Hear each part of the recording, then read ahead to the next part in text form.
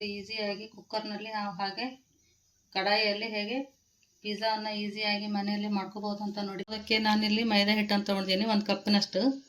ಇದು 1 ಸ್ಪೂನ್ ಆಗುವಷ್ಟು ಡ್ರೈ ಈಸ್ಟನ್ನು ತೊಗೊಂಡಿದ್ದೀನಿ ನಾನಿಲ್ಲಿ.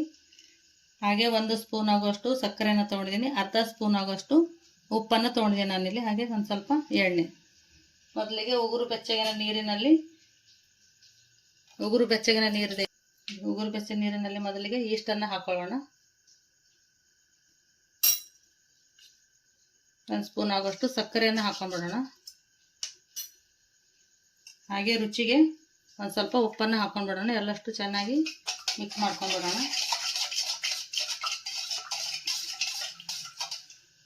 ಇದು ಸಹ ಒಂದು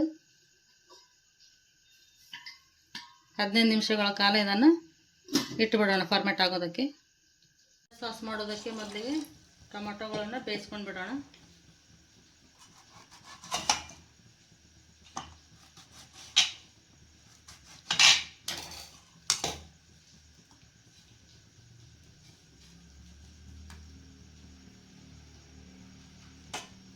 ಟೊಮೆಟೊ ಸಾಫ್ಟ್ ಆಗೋವರೆಗೂ ಬೇಯಿಸ್ಕೊಂಡು ಬಿಡೋಣ ಒಂದು 10 ನಿಮಿಷಗಳ ಕಾಲ. ನೊರೆ ಆಗಿದೆ ನೋಡಿ ಇದು. ನಾವು ಇವಾಗ ಇದಕ್ಕೆ ಮೈದಾ ಹಿಟ್ಟನ್ನು ಹಾಕ್ಕೊಂಡ್ಬಿಡೋಣ. ನೀವು ಬೇಕಾದರೆ ಅರ್ಧ ಮೈದಾ ಹಿಟ್ಟು ಅರ್ಧ ಗೋಧಿ ಹಿಟ್ಟನ್ನು ಹಾಕೋಬೋದು.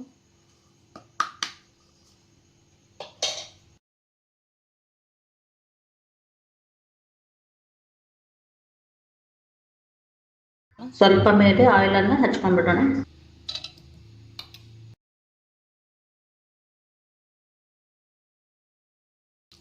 ಇದು ಎಷ್ಟು ಚೆನ್ನಾಗಿ ನಾದ್ತೀವೋ ಅಷ್ಟು ಚೆನ್ನಾಗಿ ಪಿಜ್ಜಾ ಬೇಸ್ ಬರುತ್ತೆ, ಸ್ಪಾಂಜಿಯಾಗಿ. ಅದು ಎಷ್ಟೊಂದು ಸಾಫ್ಟಾಗಿ ನಾದ್ಕೊಳ್ಬೇಕು. ಇದನ್ನು ಇನ್ನು ಸ್ವಲ್ಪ ಆಯಿಲ್ ಹಚ್ಚಿ ನೆನೆದಕ್ಕೆ ಬಿಟ್ಬಿಡೋಣ ಒಂದು 10 ನಿಮಿಷ ಇದಕ್ಕೆ.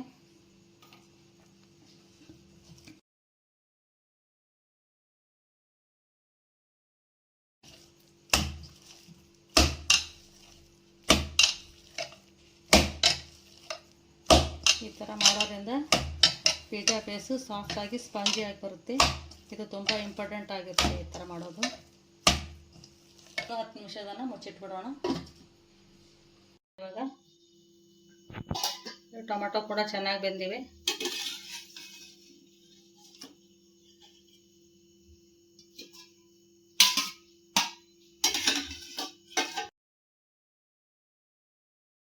ಸಿಪ್ಪೆಗಳನ್ನು ಬಿಡಿಸ್ಕೊಂಡು ಬಿಡೋಣ.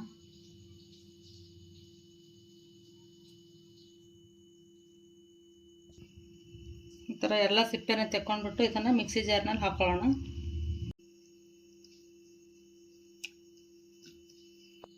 ಇದಕ್ಕೆ 1-4 ಬೆಳ್ಳುಳ್ಳಿಯನ್ನು ಹಾಕೊಳ್ಳೋಣ. ಪಿಜ್ಜಾ ಸಾಸ್ ಮಾಡೋದಕ್ಕೆ ಬೆಳ್ಳುಳ್ಳಿಯನ್ನು ಸಣ್ಣಾಗಿ ಹೆಚ್ಕೊಂಡ್ಬಿಡೋಣ.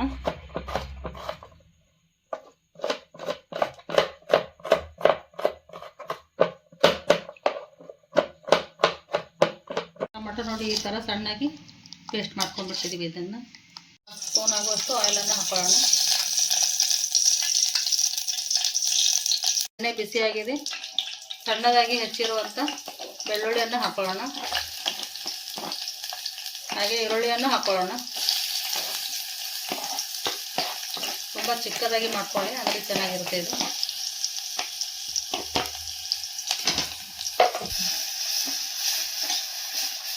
ಬೆಳ್ಳುಳ್ಳಿ ಮತ್ತು ಈರುಳ್ಳಿ ಎರಡು ಚೆನ್ನಾಗಿ ಕೆಂಪಾಗುವವರೆಗೂ ಇದನ್ನು ರೋಸ್ಟ್ ಮಾಡ್ಕೊಳ್ಳೋಣ. ನೋಡಿ ಈ ಥರ ಇದು ಫ್ರೈ ಆಗಿದೆ. ಇವಾಗ ಈ ಥರ ಫ್ರೈ ಆಗಿದೆ. ನಾವು ಇದಕ್ಕೆ ಟೊಮೆಟೊ ಪ್ಯೂರಿಯನ್ನು ಹಾಕೊಳ್ಳೋಣ.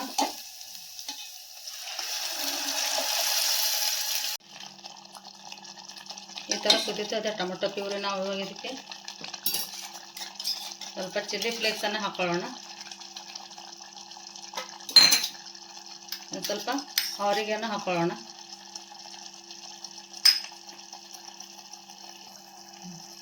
ಹಾಗೆ ಒಂದಿಷ್ಟು ಉಪ್ಪನ್ನು ಹಾಕೊಳ್ಳೋಣ. ಹಾಗೆ ಒಂದು ಅರ್ಧ ಸ್ಪೂನ್ ಆಗುವಷ್ಟು ಅಚ್ಚ ಖಾರದ ಪುಡಿಯನ್ನು ಹಾಕೊಳ್ಳೋಣ. ಅರ್ಧ ಸ್ಪೂನ್ ಆಗುವಷ್ಟು ಸಕ್ಕರೆಯನ್ನು ಹಾಕೊಳ್ಳೋಣ. ಎಲ್ಲವನ್ನು ಚೆನ್ನಾಗಿ ಮಿಕ್ಸ್ ಮಾಡ್ಕೊಳ್ಳೋಣ.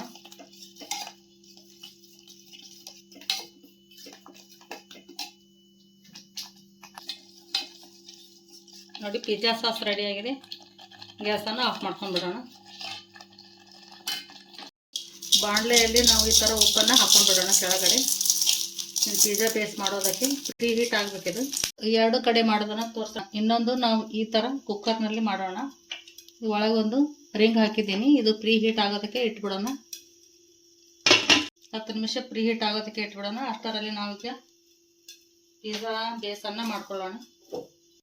ನೋಡಿ, ಒಂದು ಕಪ್ಪಿನಲ್ಲಿ 3 ಪಿಜ್ಜಾಗಳನ್ನು ಮಾಡ್ಕೋಬಹುದು. ಈ ಥರ ಕೈಲಿಂದಾನೇ ಪ್ರೆಸ್ ಮಾಡ್ಕೋಬೇಕು ಇಷ್ಟನ್ನು.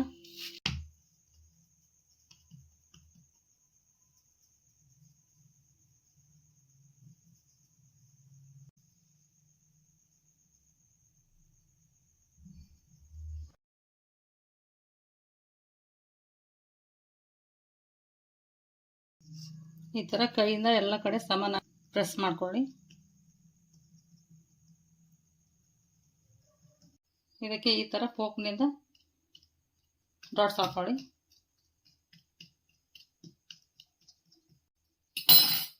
ಇದಕ್ಕೆ ಪಿಜ್ಜಾ ಸಾಸನ್ನು ಹಾಕೊಂಡ್ಬಿಡೋಣ.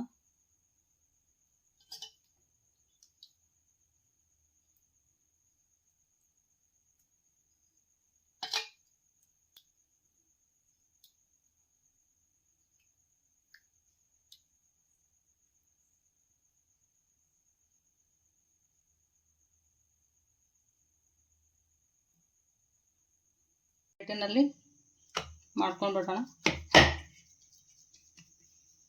ಈ ಥರ ಹಗುರವಾಗಿ ಈ ಥರ ಪ್ರೆಸ್ ಮಾಡಬೇಕು ಇದನ್ನು.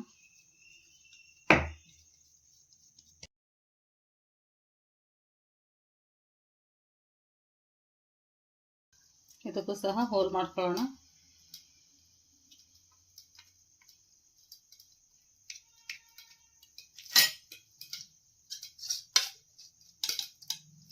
ಮೇಲ್ಗಡೆ ಪಿಜ್ಜಾ ಸಾಸ್ ಹಾಕೊಳ್ಳೋಣ.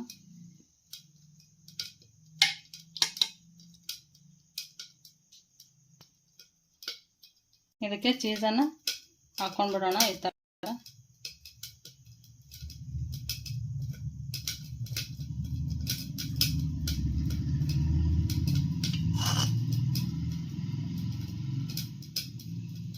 ಟೊಮೊಟೊವನ್ನು ಇಟ್ಕೊಂಡ್ಬಿಡೋಣ. ಮತ್ತೆ ಕ್ಯಾಪ್ಸಿಕಮ್ ಹಾಗೆ ಈರುಳ್ಳಿಯನ್ನು ಹಾಕೊಂಡ್ಬಿಡೋಣ.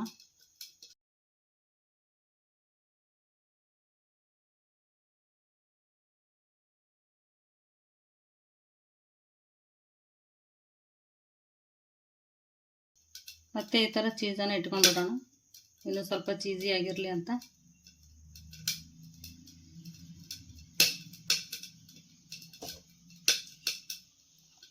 ಸ್ವಲ್ಪ ಮೇಲೆ ಈ ಥರ ಗಾರ್ನಿಷಿಂಗ್ಗೆ ಕ್ಯಾಪ್ಸಿಕಮ್ ಹಾಗೂ ಟೊಮೆಟೊವನ್ನು ಹಾಕೊಂಡ್ಬಿಡೋಣ.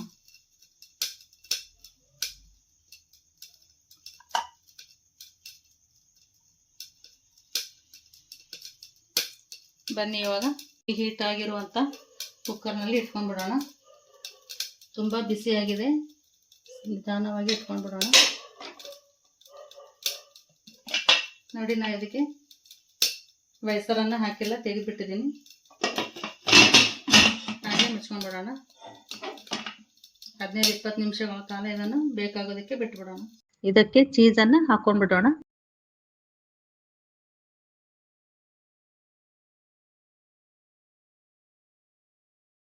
ಇದಕ್ಕೆ ಕ್ಯಾಪ್ಸಿಕಮ್ ಅನ್ನು ಹಾಕೊಂಡ್ಬಿಡೋಣ. ನೋಡಿ, ಈ ಥರ ಗಾರ್ನಿಷಿಂಗ್ಗೆ ಕ್ಯಾಪ್ಸಿಕಮ್ ಹಾಕೊಳ್ಳೋಣ. ಹಾಗೆ ಟೊಮೊಟೊವನ್ನು ಈ ಥರ ಇಟ್ಕೊಂಡ್ಬಿಡೋಣ. ಇದಕ್ಕೆ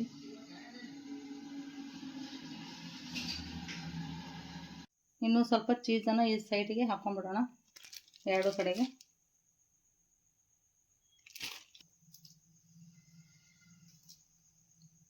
ಇದ್ರ ಮೇಲೆ ನಾವು ಕ್ಯಾಪ್ಸಿಕಮನ್ನು ಹಾಕೊಂಡ್ಬಿಡೋಣ.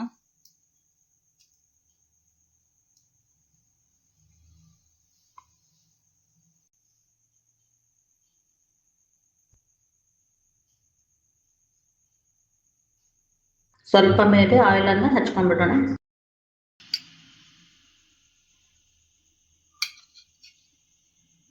ಇವಾಗ 10 ನಿಮಿಷ ಆಯಿತು. ಇದ್ರ ಮೇಲೆ ನಾವು ಇಟ್ಕೊಂಡ್ಬಿಡೋಣ. ನಿಧಾನವಾಗಿ, ತುಂಬ ಬಿಸಿಯಾಗಿದೆ ಇದು. ಇದನ್ನು 15 ನಿಮಿಷಗಳವರೆಗೆ ಈ ಥರ ಬೇಯಿಸ್ಕೊಂಡು ಬಿಡೋಣ. ನೋಡಿ, ಎಷ್ಟೊಂದು ಚೆನ್ನಾಗಾಗಿದೆ. 15ರಿಂದ 20 ನಿಮಿಷಗಳ ಕಾಲ ನಾವು ಇದನ್ನು ಸಣ್ಣ ಉರಿಯಲ್ಲಿ ಈ ಥರ ರೋಸ್ಟ್ ಮಾಡ್ಕೊಂಡಿದ್ದೀವಿ. ಇದು ಇವಾಗ ಆಗಿದೆ, ತೆಕ್ಕೊಂಡ್ಬಿಡೋಣ. ಇದನ್ನು ಒಂದು ಪ್ಲೇಟಿಗೆ ಹಾಕೊಳ್ಳೋಣ. ಈ ಥರ ಕೆಳಗಡೆ ನೋಡಿ ಎಷ್ಟೊಂದು ಚೆನ್ನಾಗಿ ರೋಸ್ಟ್ ಆಗಿದೆ ಅಂತ.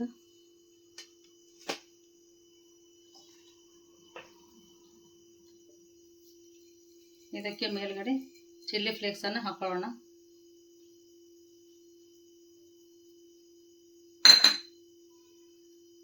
ಆರಿಗ್ಯಾನೋನು ಹಾಕೊಳ್ಳೋಣ ಸ್ವಲ್ಪ.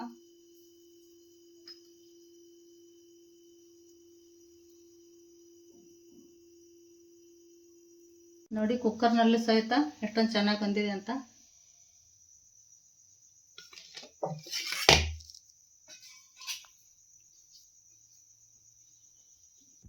ಇದಕ್ಕೆ ಮೇಲೆ ಸ್ವಲ್ಪ ಚಿಲ್ಲಿ ಫ್ಲೇಕ್ಸನ್ನು ಹಾಕೊಳ್ಳೋಣ.